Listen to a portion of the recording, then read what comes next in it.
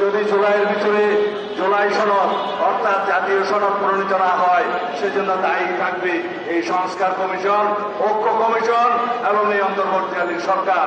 আমাদের উপরে দোষ চাপানোর চেষ্টা চলছে অবিরাম। বিএনপির কারণে নাকি সংস্কার হচ্ছে না। এক এক করে প্রতিদিন সাংবাদিক বন্ধুদের বলছি, প্রত্যেকটা ঐক্যমতে আসার পিছনে বিএনপির পরামর্শই নিতে হচ্ছে।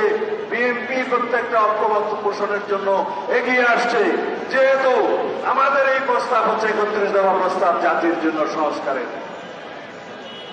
আমরা এই জাতির সম্মুখে ৩১ দফা প্রদান করেছিলাম। আমাদের নেতা জনাব তারেক রহমান সাহেব জাতির সামনে উপস্থাপন করেছিলেন।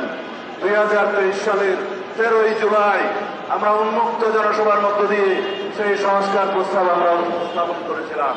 কেননা আমরা রাষ্ট্র কাঠামোর সংস্কার চাই, আমরা রাষ্ট্র ব্যবস্থার সংস্কার চাই, আমরা সরকার পরিচালনার বিভিন্ন সিস্টেমের সংস্কার চাই, আমরা গণতান্ত্রিক সংস্কার চাই সংবিধানের, যে এই সংবিধান হবে জনগণের জন্য, যে এই সংবিধান হবে গণতন্ত্রের রক্ষা কবচ, যে এই সংবিধানের মধ্য দিয়ে রাষ্ট্র পরিচালনা হবে, গণতান্ত্রিকভাবে সরকার পরিচালনা হবে, যে এই সংবিধানের মধ্য দিয়ে সরকার পরিচালিত হলে, রাষ্ট্র পরিচালিত হলে চেকস অ্যান্ড ব্যালেন্স প্রতিষ্ঠিত হবে, ভারসাম্য প্রতিষ্ঠিত হবে, জনগণের অধিকার নিশ্চিত থাকবে, গণতান্ত্রিক অধিকার নিশ্চিত থাকবে, জনগণ সাংবিধানিকভাবে আর কখনো ফেসিবাদের কবলে পড়বে না, জনগণ সাংবিধানিকভাবে আর কখনো একদলীয় রাষ্ট্রের ব্যবস্থা করবে না, জনগণ আর কখনো শেখ হাসিনার মতো ফেসিস্টদের মোকাবেলা করতে হবে না।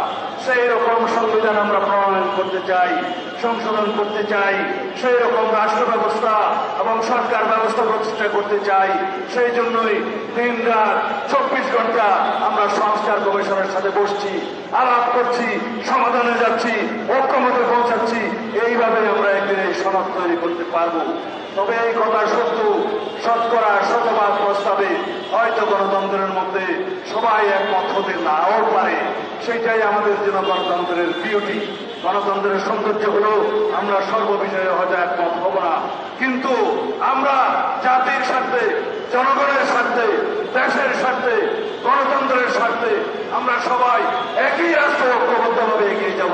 এটাই হচ্ছে আমাদের